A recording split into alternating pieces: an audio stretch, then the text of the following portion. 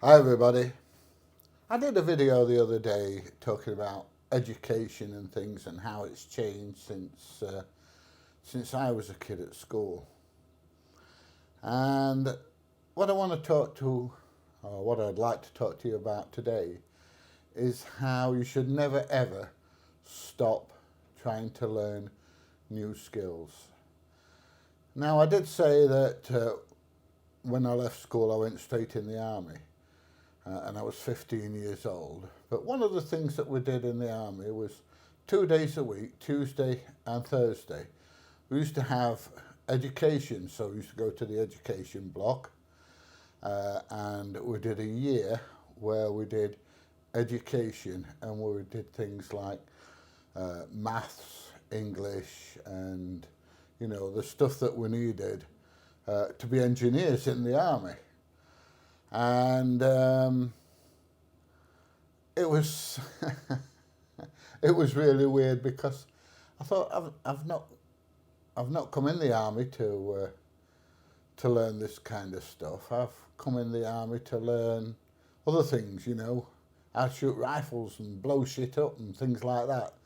And anyway, it was only when I got into it a little bit that I started to realise that it was something that was worthwhile doing, because instead of having a classroom of 30 people where the teacher was really stretched if he needed any help, we used to have a class, oh, this radiator's getting bloody hot.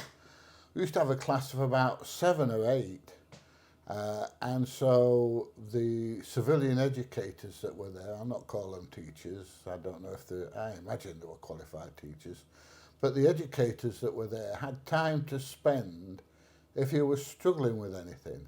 They'd come along and they would help you.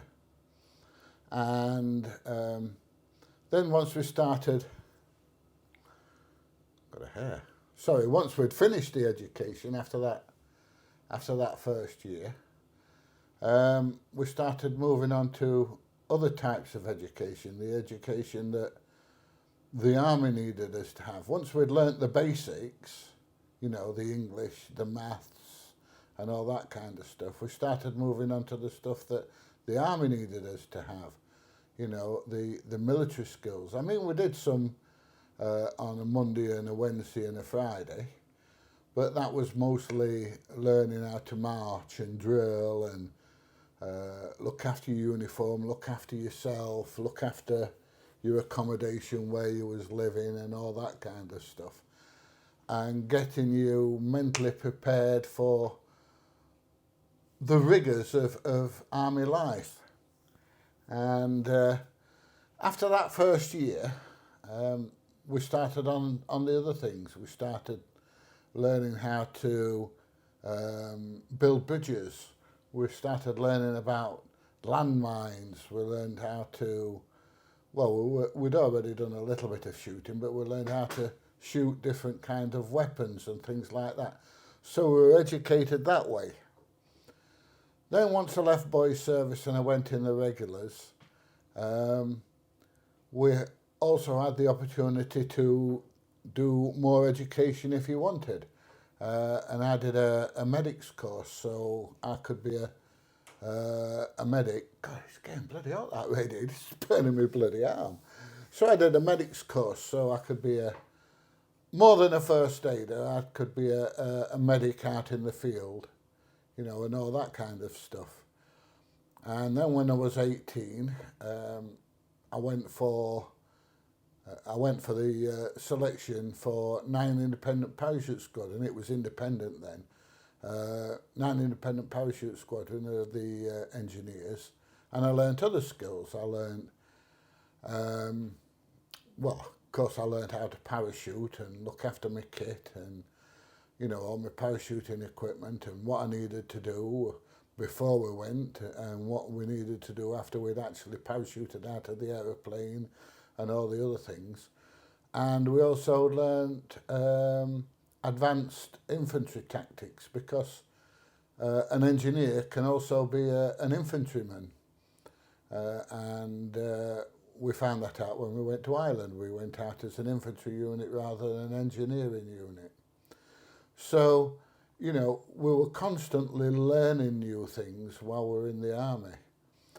Then when I come out of the army, I went down the coal mine for a very short while, and my dad says, I don't like you working down the pit. And he was a driving instructor by then. He'd finished on the ambulance service and he was a driving instructor. And he said, right, let me train you up to be a driving instructor. So, you know, I used to sit in the back of the car while my dad was taking lessons, and then once I'd learned how he was teaching things and how he was putting things through to pupils and things like that, then he'd sit in the back and he'd listen to me, and then at the end of the lesson he'd say, well, that was good, that was okay. When you was doing that right turn or that roundabout, I would have perhaps put it in a different way. I would have done it like this, or I would have done it like that. So I was still receiving education. And then I decided that I did want education, and I went to university and I did an engineering degree. I did 4 years and come out with a master's degree in engineering. So by this time, I mean, my youngest daughter was born, and my wife was pregnant with my second daughter. So I was like, well, probably be about 37, 30, now I'd be older than that. I'd be getting on for 40. I might even have been older than that. I can't remember how old I was. I was getting on a bit anyway. I wasn't a young man. And I'm going to have to pack this vaping things in. It's making me cough. Anyway, the point I'm trying to make is that I was no longer a young man, and I was still in education. Now,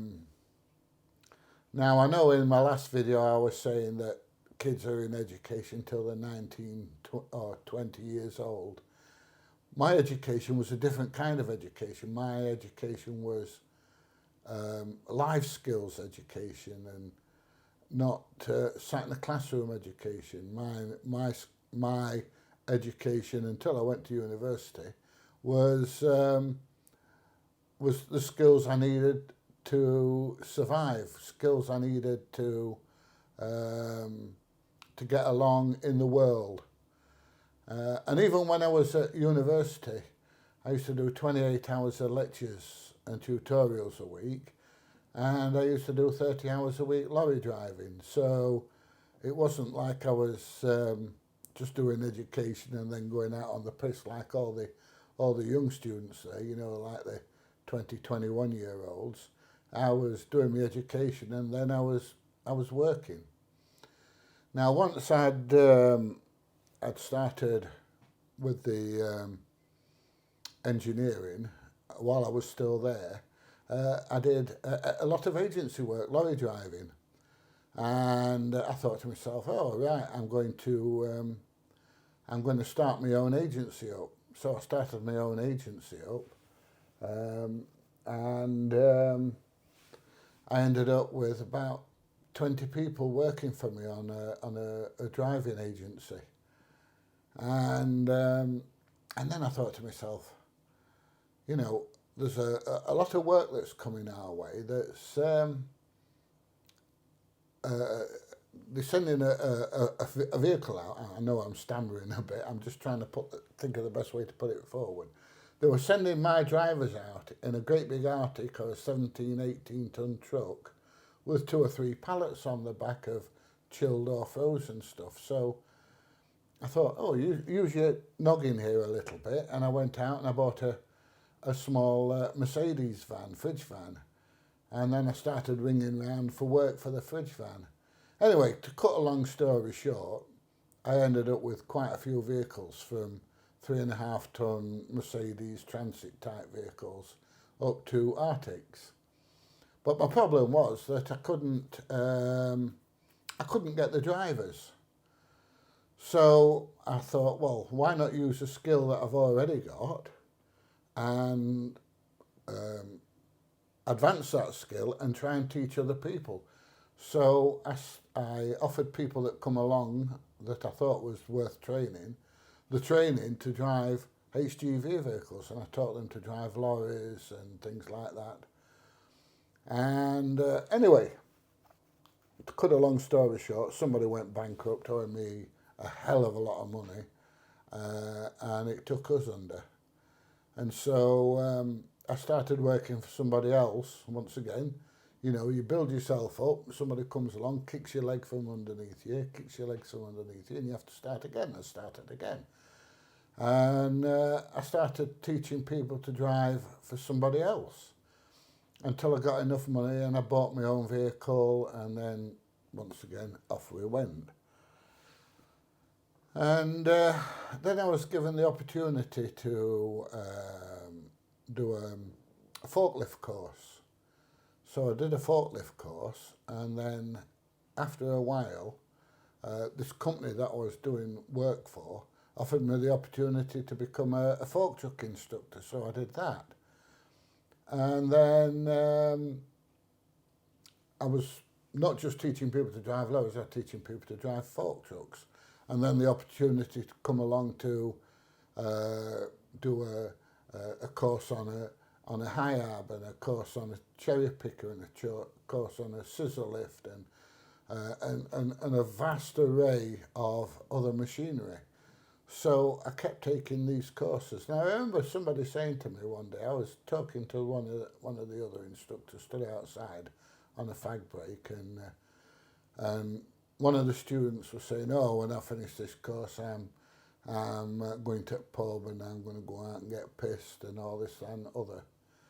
And he said to me and my mate Vic, he says, "What are you two going to do?" And I said, "Well, Saturday and Sunday I'm on a course because I'm going to learn to do so-and-so, whatever it was, I can't remember what it was." And Vic says, "Yeah, I'm doing a course to learn to do this and that and the other so I can teach it." And he turned around and he said, "Oh, it's all right for you two, you've got the money to be able to go out and do this." And I said, "We've got the money to be able to go out and do this because we're not going out Friday night and blowing all our cash game pissed. You know, we're saving our money so that we can advance ourselves and so we can educate ourselves." And, you know, it took him by surprise a little bit, and it was like, oh, I think a bit of a light's going on here. You know, if I don't go out and get pissed and I save my money, then I can do the same as these two are doing, you know, and advance myself. But he still went out and got pissed anyway. But the point I'm trying to make is that you should never, ever stop educating yourself, and you should never, ever stop learning. When I started making these videos, I had no idea how to edit a video or set a camera up and everything else. I had to learn how to do all this. I'm 68 years old now. I can speak reasonable Spanish. My Spanish is not bad. And I'm learning Egyptian Arabic. So at 68 years old, I'm still trying to educate myself. I'm still learning. And that's what you need to do in life. You need to keep learning. I was talking to an old school pal of mine, and he said to me, "Oh," he says, "I work down at Bachelor's in town." He says, "I'm a supervisor there now. I've been a supervisor there for 10 years. I've worked there for X number of years, and I've got a caravan at Skeggy, and come Friday we jump in car and we go to caravan at Skeggy every weekend, come back Sunday night, or if we've got a bank holiday weekend or whatever, you know, we go down there." And I thought, well, yeah, that's all right if that's what you want to do, but you're doing nothing new. You're doing nothing to improve your life. You're doing nothing to advance yourself. All you're doing is you've reached a plateau and you've stuck on that plateau, and you're not going any further. You're not reaching for anything. You've no targets in front of you. You're just quite happy to drive to Skeggy, have a few beers on a Friday and Saturday night, and come back on a Sunday. And I'm afraid I'm not that kind of person. And I thought to myself, and I know it sounds horrible, but I thought to myself, your life's over now. because that's all you're going to do for the rest of your life until you're either too old and infirm to be able to do it, or something happens and, you know, unfortunately you pass away. And that's your plan for the rest of your life. I'm 68 years old and I've still got plans and I've still got things that I need to do. And I've got a bucket list that's like this long, you know, of things that I want to do. I don't want to do Monday or Friday at work and then go and spend weekend in a caravan. I mean, I know some people do. You know, they want to do, they like the same thing all the time. But the people that get on in this world are the people that try and improve themselves, try and educate themselves, rather than reaching a plateau and staying there, and that's it. I could not do that. I really couldn't do that.